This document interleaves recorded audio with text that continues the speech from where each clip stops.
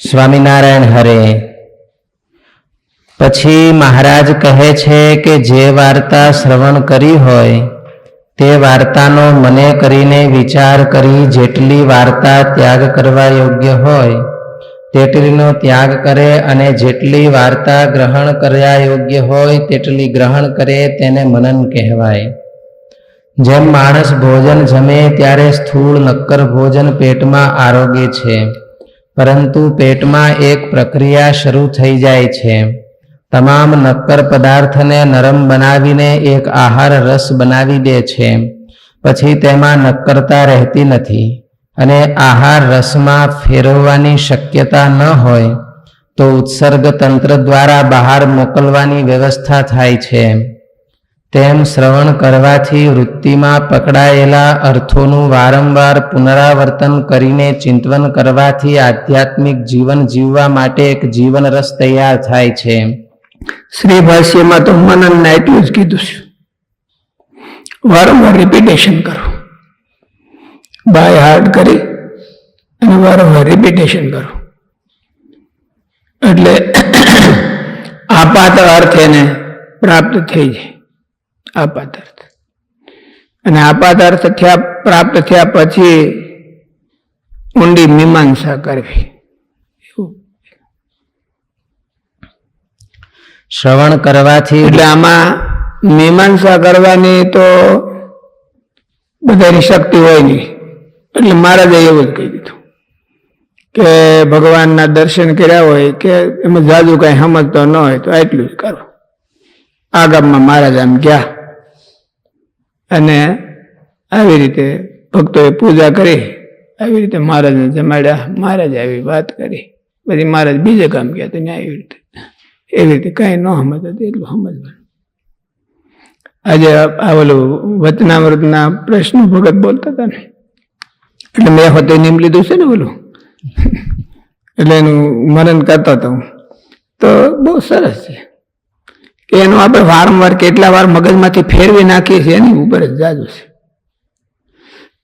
પછી તો જેના બુદ્ધિમાં જેવી કેપેસિટી હોય અને એ પોતાના કલ્યાણ માટે એટલું ગ્રહણ કરી લે. પાણી આમ ધરતી ઉપરથી આમ પાસ થતું હોય તો શું થાય? ધરતી પોતાની શક્તિ પ્રમાણે ખેંચી લે, બાકીનું બધું વહી જાય. મહારાજ કે પોતાના અંગમાં હોય એટલું ગ્રહણ કરી લે, બાકીનું બીજા ભક્તો માટે એવી રીતે. એટલે આપણું ફરજ તો એ જ કે જાજામાં જાજુ રિપીટેશન કરવું. 1 વાર કરવું, 2 વાર કરવું, 5 વાર કરવું, 25 વાર કરવું, 100 વાર કરવું, 1000 વાર કરવું, એવું કરો, રિપીટેશન કરે એટલે મનન થઈ જાય. અને આમાં તો કશું બધું વચનામૃતમાં તો બહુ ઓલી વેદની શ્રુતિઓ છે, એમાં તો એના અર્થ ગહન છે એટલે એને મીમાંસા શાસ્ત્રમાં જવું પડે. એના અર્થો શું છે એનું નિર્ણય માટે મીમાંસા શાસ્ત્રમાં જવું પડે. આમાં બહુ જાજુ એવું નથી. વચનામૃતમાં તો એવું કઈ છે નહીં. મહારાજ જે વાત કરી એ ગુજરાતી ભાષામાં કરી છે એટલે એમાં તો મનન એ જ ખાલી રિપીટેશન થવું છે, બાય હાર્ટ કરી અને રિપીટેશન થવું છે.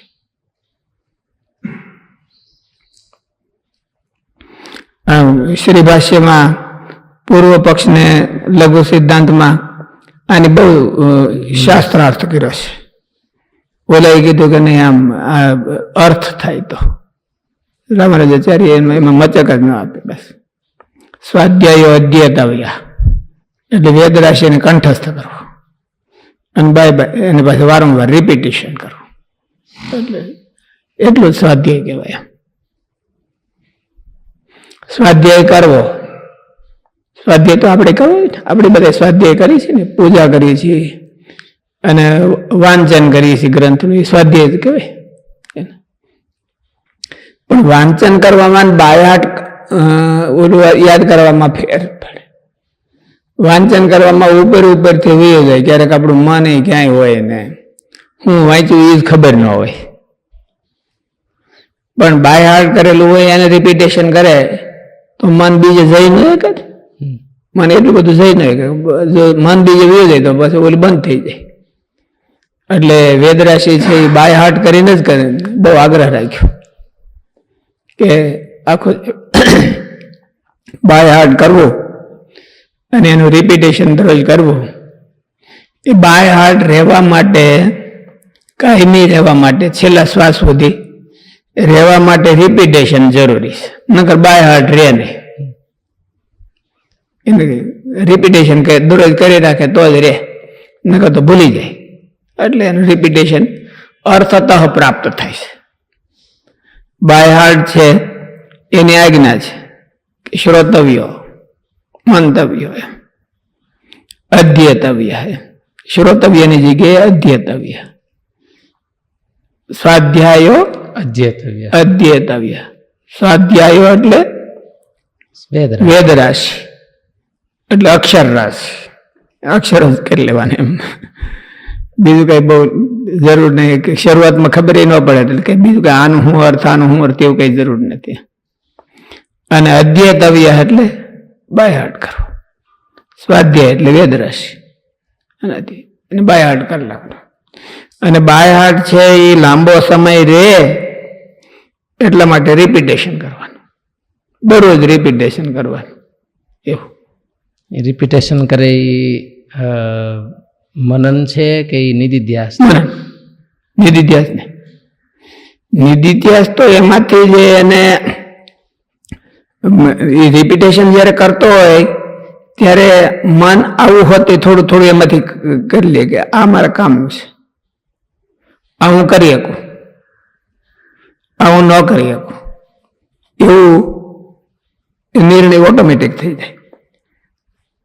જમીનમાંથી પાણી આમ વહેતું હોય તો જમીન એને એમ ન કે પાણીને તું ઊભું રહે પછી હું પીવું, લઈ એ વહેતા પાણી પી લે જેટલું પીવાનું હોય એટલું, અને બાકીનું પાણી વીએ જાય. એમાં મનન થતું હોય ને એમાં જીવ છે એ એમાંથી ખેંચી લે. દરરોજ છે ને, દરરોજ ઓલો દરરોજનો પ્રસંગ થયો એટલે એમાંથી જીવ દરરોજ ખેંચી લે, થોડું થોડું. રિસ્પેક્ટ ભાવ હોય તો આપણને રિસ્પેક્ટ થયા કરીએ છીએ. મહારાજની વાણી છે અને આપણે કામની છે, આપણા જીવના કલ્યાણ માટે છે, એવો રિસ્પેક્ટ હોય એટલે એમાંથી થોડું થોડું દરરોજ બુદ્ધિમાં એનો અર્થ થતા જાય ઓટોમેટિક. આ ગુજરાતી છે એટલે સંસ્કૃત ને વેદની રૂચાઓ હોય તો એને મીમાંસા સમજાવવું પડે કે આનો અર્થ હું, તો હરખા અર્થ થાય. અને આમાં તો ઓટોમેટિક મીમાંસા થતી જાય. પછી એને પ્રેક્ટિકલમાં મૂકે એટલે નિધિધ્યાસ. વેદાંત ભણવાનો હોતો નથી,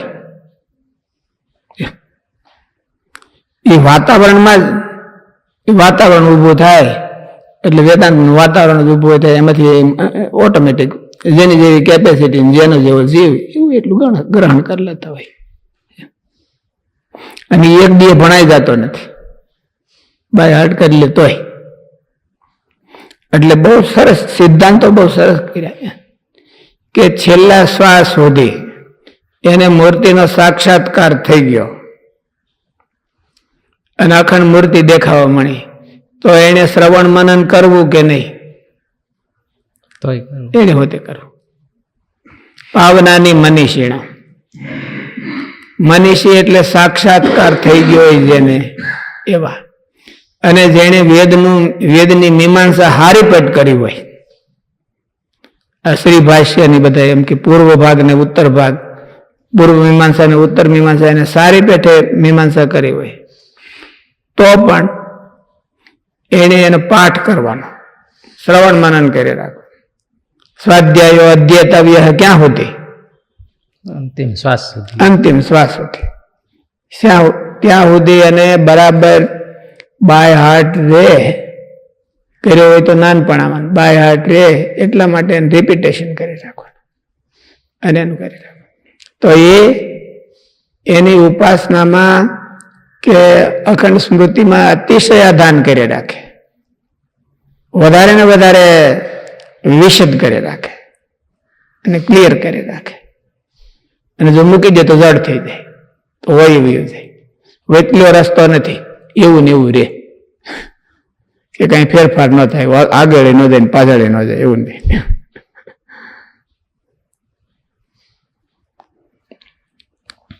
શ્રવણ મનન ને નિધિધ્યાસ અને સાક્ષાત્કાર નિધિધ્યાસ એટલે પ્રેક્ટિકલ.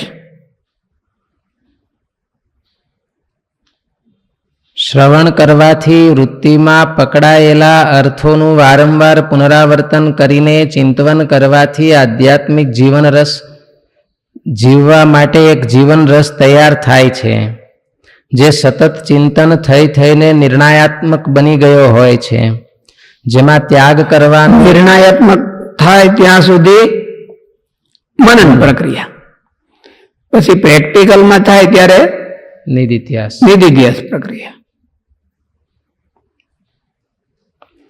સતત ચિંતન થઈ થઈને નિર્ણયાત્મક બની ગયો હોય છે, જેમાં ત્યાગ કરવાનું એટલે પોતાના મહારાજે ઓલા વચનામૃતમાં પ્રથમના 30મા વચનામૃતમાં એ જ કીધું છે, ઘાટનો દંશ બેસે છે અને નથી બેસતો.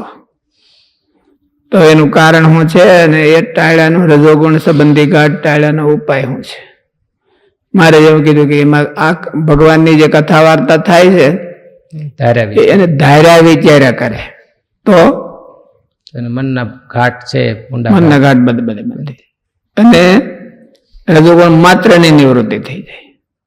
બીજા કોટી સાધન કરે તો ન થાય.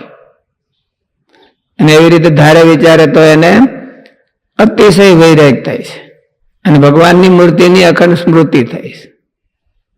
તો એમ કે ધારે વિચારે, ધારવા વિચારવા એનો અર્થ એમ કે આ એક મૂક્યું બીજું, એક મૂક્યું બીજું, બીજી વાર, ત્રીજી વાર, ચોથી વાર, પાંચમી વાર, એમ ધારે વિચાર. એની ઉપરથી આપણે હાંકળી ગોતી કાઢ્યું. હાંકળી તો ઓલા ટાઇટલો તો જૂના સંતોએ પહેલા ઘણા ટાઈમથી આપેલા છે. સદવિદ્યામાં, જૂના સદવિદ્યામાં આવેલું ટાઇટલો ત્રિભુવનભાઈએ મોકલેલા, લખેલા છે. પછી આપણે ક્યાંકથી મેળવાય છે, એ બધે સંશોધન કરીને મેળવા, પછી પાકા કર્યા. તેમાંથી બહુ ફાયદો થાય. અને આ વચનામૃતને આધાર લઈને વધારે મહારાજે તો 2-3 જગ્યાએ કીધું ને કે ચરિત્રની હાંકળી કરી રાખવી, ચરિત્રને, મનને નવરું ન થવા દેવું. અને દર્શન કર્યા હોય મહારાજ કે એને હોતે સંભાળી રાખવા. 1 વર્ષ ત્યાં 15 વર્ષ ત્યાં હોય તો કેટલા દર્શન કર્યા હોય તો એને સંભાળી રાખવા. એટલે દર્શનની હાંકળી, ચરિત્રની હાંકળી અને કથા વાર્તાની હાંકળી. કથા વાર્તામાં પછી એમ થયું કે હવે કથા વાર્તા કરતા હોય તો હું આ જુદી કથા વાર્તા કરું છું, પાછો બીજી દી તમે કરો તો મારી કથા વાર્તાને કાપો કે એને આમ કીધું તો એ સાચું નથી, આ સાચું છે. એટલે મનન કેવું કરવું? મતિભેદ રહે ને એટલું. એટલે એમ કે મનન કેવું કરવું? કથા વાર્તા મહારાજે કીધું 30મા વચનામૃતમાં, તો કેવું મનન કરવું? તો કે આ વચનામૃત છે, એમાં પ્રશ્ન ઉત્તર જ છે. તમે આ પ્રશ્ન ઉત્તર આપણે કરે છે તો એ જ બીજી છે, એ કઈ છે જ નહીં. મહારાજ પ્રશ્ન અને મહારાજની કથા વાર્તા એના જેવી બીજી કોની કહેવાય? એટલે એનું મનન થાય તો એ જેવું તે કે નહીં. એટલે પછી ટાઇટલ ને એવી રીતે કર્યું. પછી આ પ્રશ્ન ઉત્તર તો પછી થયા. હમણાં ઓલું લખ્યું એમાં ટાઇટલમાં ઓલું આપણે વચનામૃતમાં ચિંતન લખ્યું એમાં વળી થોડાક મુદ્દા ને એવું બધું તારવવાની ટ્રાય કરી હતી આપણે. એટલે તારવા અત્યારે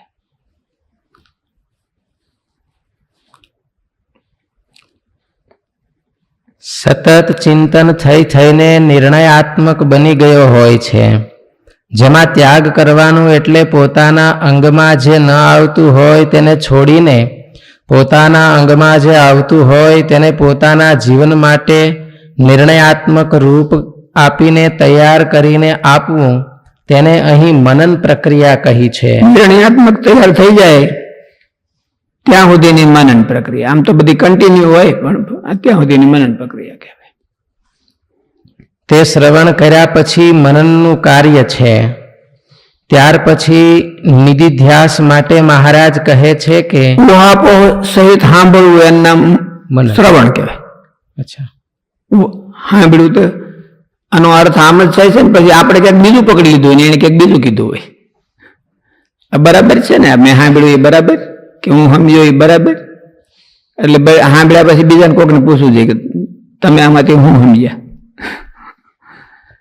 કે આપણે સમજ્યા છે એ બરાબર જ છે ને? ભણવામાં એવું હોય હા. ભણ્યા પછી સ્વાધ્યાય ઓલા સહાધ્યાયી હોય એની હારે ચર્ચા કરવાની. ગુરુએ ભણાવ્યું હોય પછી સહાધ્યાયીની હારે ચર્ચા કરે કે ભાઈ તમે આમાંથી હું આ પાઠમાંથી હું તમને યાદ આવ્યું, તમે હું સમજ્યા, તમે હું, એટલે પોતાનું ઓલું થોડું કઈ આડાવડું સમજાણ હોય તો એટલે હું આપો આ બરાબર જ છે ને, અને અહીંયા આમ કીધું ને ઓલે પણ આમ કીધું તું એટલે એને ઉહાપો કહેવાય. તો આમાં કંઈક ફેર હોવો જોઈએ, એવું આગળ પાછળનું અનુસંધાન થાય. ઉહાપો કરીને હરખું વ્યવસ્થિત સાંભળવું ધ્યાન રાખીને. અસાવધાનીમાં બીજું કંઈક સમજાઈ નથી ગયું ને, આપણું ધ્યાન ક્યાંક બીજે હોય ને વતનામત વાંચતા હોય એમાં વતનામતમાં આમ આવ્યું હતું પણ ધ્યાન નહોતું એટલે બસ બીજું પકડાઈ ગયું હોય. એટલે એકદમ સાવધાની થઈને થોડોક ઉહાપો કરીને સાંભળવું એનું નામ શ્રવણ કહેવાય.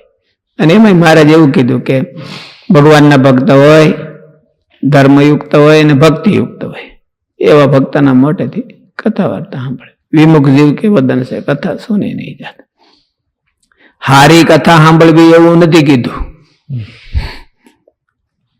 સાચી કથા સાંભળવી. એમ હારી કથા તો મીઠી બહુ હોય પણ ક્યારેક આપણે ફાયદારૂપ ન હોય.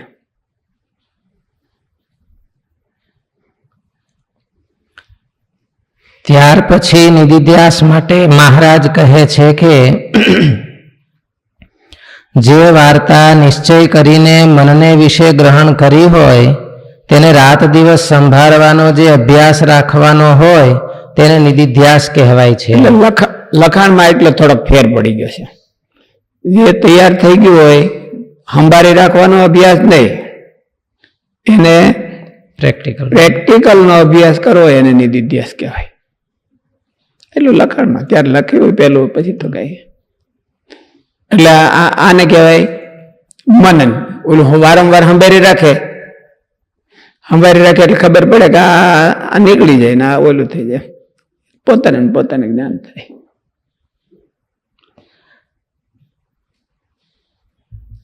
જે વાર્તા નિશ્ચય કરીને મનને વિશે ગ્રહણ કરી હોય તેને રાત દિવસ સંભાળવાનો જે અભ્યાસ રાખવાનો હોય તેને નિધિધ્યાસ કહેવાય છે. આ મનન દ્વારા નિર્ણયાત્મક અથવા નિશ્ચયાત્મક રૂપ જે આપવામાં આવ્યું છે તે પોતાના ચિત્તપટમાં કાયમ કંડારાયેલું રહે તે માટે તેનું વારંવાર આવર્તન કરીને ઊંડા સંસ્કારો બેસાડીને બુદ્ધિના પડદામાં સંસ્કારોના રૂપમાં ઉપસાવી દેવું. અંતરપટમાં વિના પ્રયત્ને ધ્યાનના રૂપમાં ફેરવી નાખવું તેને નિધિધ્યાસની પ્રક્રિયા કહેવામાં આવે છે. નિધિધ્યાસ એ હાલતા ચાલતા સર્વક્રિયામાં ધ્યાનાનુસંધાન રૂપ છે. એવું થાય તેને નિધિધ્યાસ કહેવાય. પછી મહારાજ કહે છે કે તે વાર્તા જેવી હોય એટલે કે તે વસ્તુ જેવી હોય તેવી ને તેવી જ ચિંતવન કર્યા વિના પણ સર્વ મૂર્તિમાનની પેઠે ઇદમ સાંભળી આવે તેને સાક્ષાત્કાર કહેવાય. અહીં સંવેદનાપૂર્વક અને જતનપૂર્વક કરેલા દર્શનને સ્થાને શ્રવણ છે. નિશ્ચય ગાના છે ને, શ્રુતિ તો ખાલી એટલી છે કે આત્માવારે દ્રષ્ટવ્યો, શ્રોતવ્યો, મંતવ્યો, નિધિધ્યાસિતવ્ય. એટલે સાક્ષાત્કાર પેલું લઈ લીધું પછી 3 વાના લીધા. હવે એમાં શ્રવણ મનન ને નિધિધ્યાસ લીધો, દર્શન મનન ને નિધિધ્યાસ નથી લીધો. સાક્ષાત્કાર છે એ દર્શન રિલેટેડ છે, શ્રવણ રિલેટેડ ઓછું છે, પણ છતાંય શ્રવણ રિલેટેડ એમાં કઈ સાક્ષાત્કાર તો બધાને લાગુ પડે. શ્રવણ ને લાગુ પડે, સ્પર્શ, રસ એ બધાને લાગુ પડે, એમ સાક્ષાત્કાર લાગુ પડે. પણ જાદુ દર્શનને લાગુ પડે, પણ તો દર્શનમાં આમાં નથી કીધું. એટલે દર્શન છે એ શ્રવણની જગ્યાએ ઇક્વલ છે. 2 વસ્તુને મારે વધારે ભાર દીધી. આગલા વતનામૃતમાં એવું હતું, નેત્ર ને શ્રોત્ર ને વધારે નિયમમાં રાખવા, ભગવાનમાં લગાડવા. એટલે શ્રોત્રનો વિષય છે એ શ્રવણ છે અને નેત્રનો વિષય છે એ દર્શન છે. એટલે દર્શન કરીને હોતે સંભાળી રાખવા, દર્શન કરી અને સંભાળી રાખવા અને રિપીટેશન કરી રાખવું તો એનો સાક્ષાત્કાર થાય, તો જલ્દી સાક્ષાત્કાર થાય. આ શ્રવણમાં તો સિદ્ધાંતોનો સાક્ષાત્કાર થાય, સિદ્ધાંતોનો સાક્ષાત્કાર થાય. ઓલે પણ મૂર્તિનો સાક્ષાત્કાર થાય.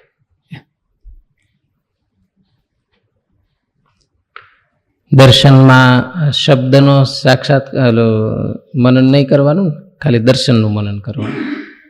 દર્શનમાં શબ્દનું મનન શું કરવાનું? ઘણી વાર આપણે લખી રાખ્યા હોય દર્શન, તો લખેલા હોય એને ક્રમમાં યાદ કરવા જઈએ એટલે પેલા શબ્દ યાદ આવે. શબ્દ એની હારે મૂર્તિ તો યાદ આવી જાય ને. મહારાજે સફેદ વાઘા પહેર્યા હતા, એટલે સફેદ વાઘા તો શબ્દ જ યાદ આવે કે દર્શન યાદ આવે? એટલે આમ જો ઓલું ઘણી વાર રિપીટેશન કરવા જાય તો ખાલી શબ્દ જ યાદ આવે. તો એવો તો એ દર્શનનું રિપીટેશન નથી થયું, એ દર્શનનું રિપીટેશન ન થયું, એ તો શબ્દનું રિપીટેશન થયું. શબ્દશાસ્ત્ર છે એ સાંભળ્યું એટલું જ નથી હોતું, હવે તો પ્રિન્ટ થઈ ગયું ને. એટલે વાંચીને આપણે જે મનન કરીએ એ શેનું મનન થાય છે? શબ્દનું, શ્રવણનું મનન થાય છે. દાખલા તરીકે મેં શબ્દ વાંચ્યા, વચનામૃત વાંચ્યું અને પછી હું એનું સંભાળું, તો એ કયા વિષયનું મનન થયું? તો એમાં તો શ્રવણનું મનન, શ્રવણનું થયું. પણ મેં દર્શન કર્યા અને પછી એને સંભાળું તો દર્શનનું મનન, તો દર્શનનું મનન થયું. મનન તો બે પ્રકારનું છે. પાંચે વિષયનું, ભગવાન સંબંધી પાંચે વિષયનું મનન થવું જોઈએ, તો પાંચે વિષયનો, ભગવાન સંબંધી પાંચે વિષયનો સાક્ષાત્કાર થાય.